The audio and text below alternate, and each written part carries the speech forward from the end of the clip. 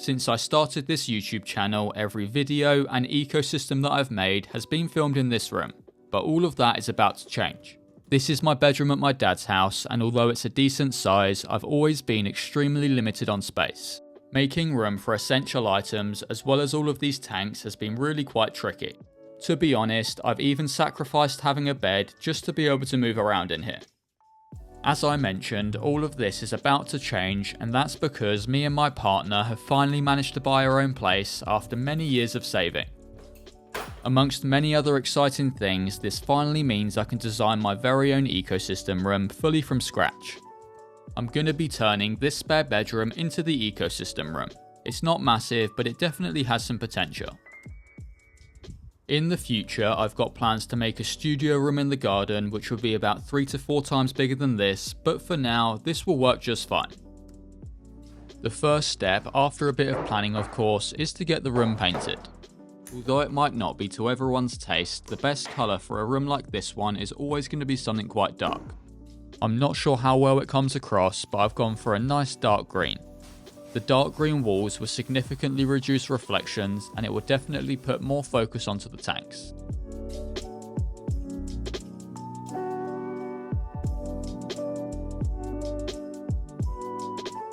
I was a bit apprehensive whilst painting, but now that it's finished and dried, I absolutely love how it looks.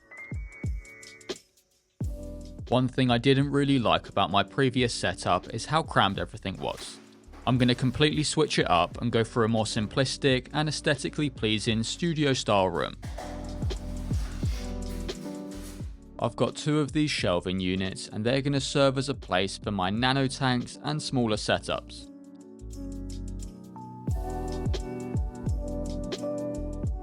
I'll have one setup on each shelf to really highlight the individual ecosystems.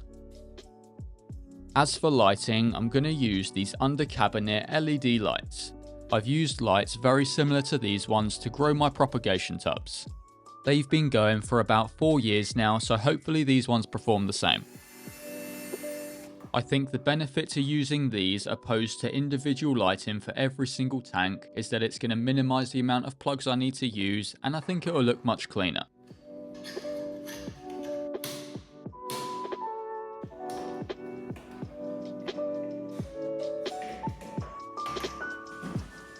All the lights are installed, but as you can see, I really need to get these cables tidied up. I'm using some black cable sleeves to hide the white wire, as well as these cable tidies to run the wire down the back side of the rack. This certainly is some tedious work, but it definitely needs to be done to achieve the nice clean look that I'm going for. After tidying all the cables and switching on the lights, I'm really happy with how it's looking. The 2 top shelves have 2 lights each, whereas the bottom 2 shelves only have 1 light. This gives me some nice flexibility. I can place the ecosystems that require a slightly higher light intensity under the 2 lights, and the ones that don't can go under the 1 light. Additionally, the lights can be adjusted in brightness, which is always super helpful.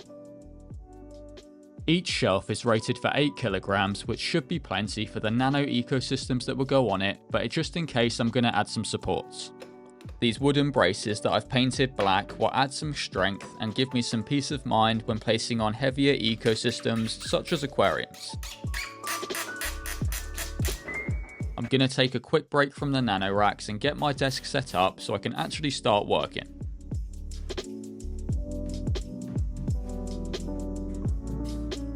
I've got to make room for all the essentials, as well as a small terrarium of course. With my desk set up, I can start getting some work done, so let's now switch back to the nano racks. After a while of shifting them around the room, I think I've come up with something that might look quite nice.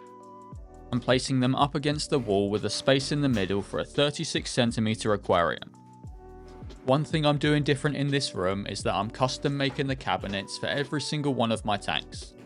I think doing this, opposed to the industrial racking I was using before, will look a lot nicer, cleaner, and more professional. As for how I make these cabinets, I'll get into that shortly, but let's get this nano rack up and running first. This will be the dedicated nano section of the studio, and I'm loving how it looks. As I mentioned, I'm custom making every single cabinet, so let's get to work. I'm by no means a carpenter, but I do enjoy a bit of woodworking. I think I've discovered that I'm good at making things strong, but not necessarily the neatest, as you can tell by my workbench that I made. The majority of the cabinets are already complete, apart from one for the giant vampire crab paludarium. For this cabinet, I'm using 2x4s as the tank is quite big and heavy. For all the other cabinets, I use 2x3 as they are a bit smaller. I am going to be using a lot of power tools, but the entire cabinet can certainly be made from hand tools alone. I'm starting off by creating the legs.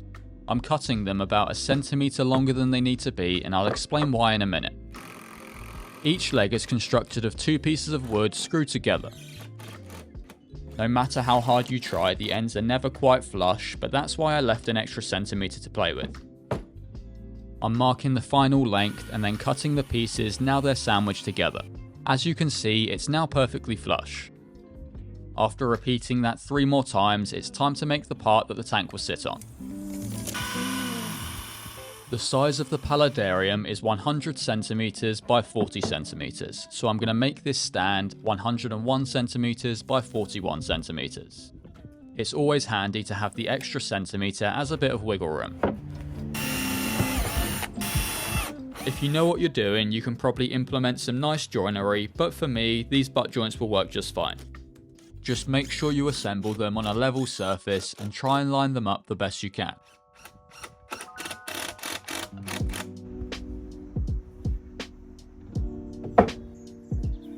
I'm now marking and drilling the holes that will attach this top part to the legs. As the wood is quite thick, the screws are going to need to be countersunk. After a light brush with some sandpaper, it's time to get it assembled. I'm applying some wood glue, lining everything up, and then driving in the screws. With 2 legs attached, I can stand it up and then attach the other 2. There are plenty of ways to make a stand like this one, many of them right and some of them wrong. The main thing to remember is that the weight of the tank should go straight down through the wood. The purpose of the screws is to hold the wood together and ideally not be holding much load. When the tank sits on this cabinet, the weight will go straight through the top piece, into the legs, and then down into the ground. With the top part attached, I'm going to flip the stand over so that I can add some braces. These add a whole lot of strength and help square up the stand nicely. With the bottom braces in, the stand is already super sturdy. These top braces will provide even further support. Just make sure they're nice and flush and not poking out above the top of the cabinet. I don't think I'm as heavy as the tank going on here, but it's always worth a quick test. Despite a bit of wobble on the uneven surface, it's completely solid. You can leave the stand there and be done with it, but I want to make mine look a bit nicer to hide my questionable woodworking. I'm cutting down this 5.5mm plywood to the exact height of the stand.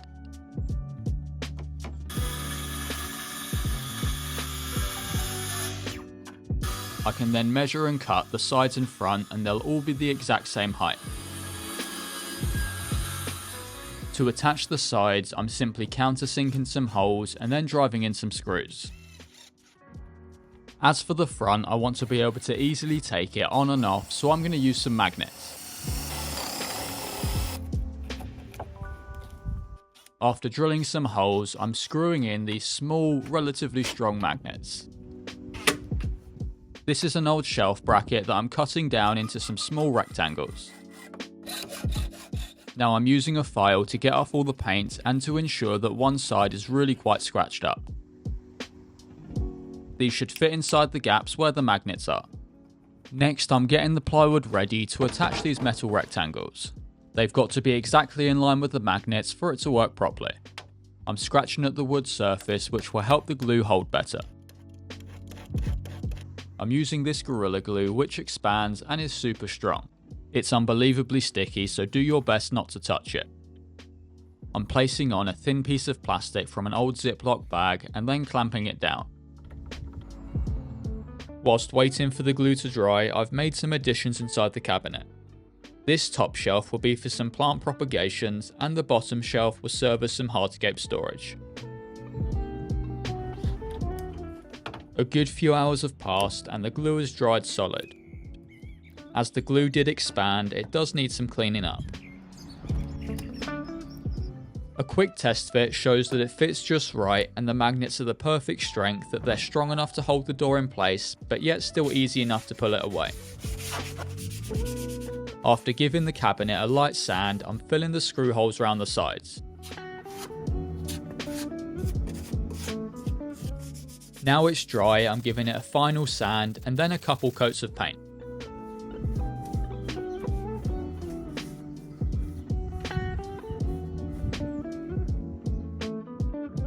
Now it's time to bring all the cabinets inside and try and get a rough layout sorted.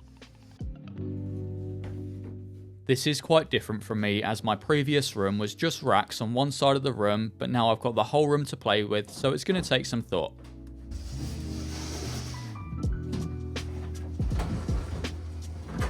I'm sure a lot of these will be moved around, but at least I've got a rough idea in my head.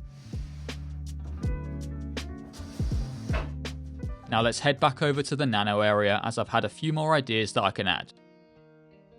I think this corner here is the perfect space where I can put a nice chair, sit back and relax whilst watching the ecosystems.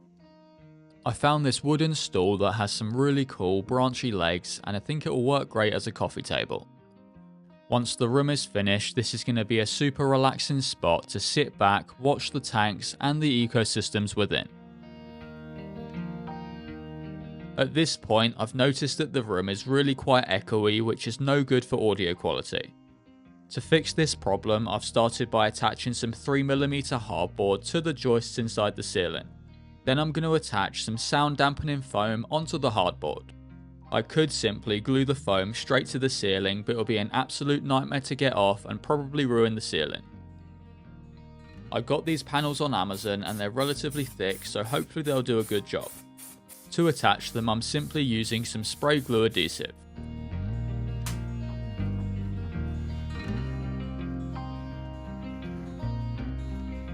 With the entire ceiling covered, the echo has dampened significantly, and it's only going to get better as I add more things and maybe even a rug in the centre. I think above the chair is the perfect place for some artwork, and luckily I found some prints that I think suit the room really well. As for the silver play button, it's a perfect fit between the two nano racks.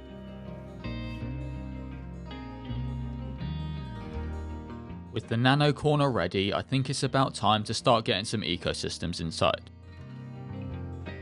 I guess that means the start of the tedious process of bringing them over from my previous room. As you can see, there's a whole lot to bring, and it'll be a miracle to get everything over in one piece. Luckily, these nano tanks were easy enough, but it's the bigger ones that I'm more worried about. It really does feel great to get these on the nano shelves, and I'm absolutely loving how it's looking already. Some of these are just placeholders for now and will likely change over the coming weeks as I get everything inside. When moving the aquariums and paludariums, I'm trying to save about 80% of the water so that I can reintroduce it once the tanks are in place. This will help keep parameters stable and the inhabitants happy, as most of these are well-established tanks. Now let's start getting some of the bigger tanks inside. Despite the size, some of these tanks really aren't too hard to move due to the lightweight construction. The Dart Frog cube was a bit more tricky, but it went inside nicely. It has, however, attracted some attention. This is our cat, and his name is Bug. It must be his first time seeing frogs, as he seems completely obsessed. Now the one I'm most worried about is of course the vampire crab paludarium. Not only does it contain a lot of water and soil that make it really heavy, but it also contains rocks that can possibly tip over during transport and shatter the glass. I really didn't get much on camera due to the stress of not trying to break it, but I drained most of the water first and then packed out the inside with a lot of plastic bags to stop the rocks from moving. Luckily, I had my partner to help me out, as I certainly couldn't have done it on my own.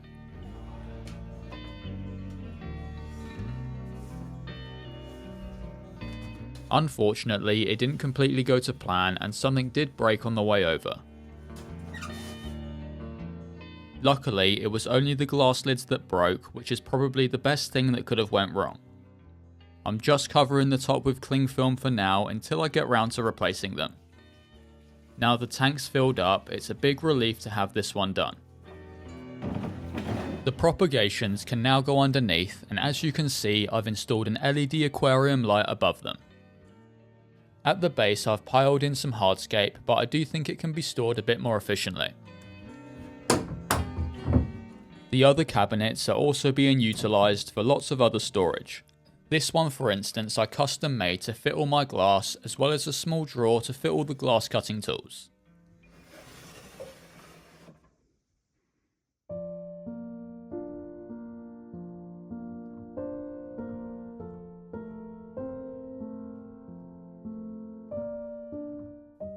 It feels amazing to have this room somewhat complete, although there is still a lot of work that needs to be done.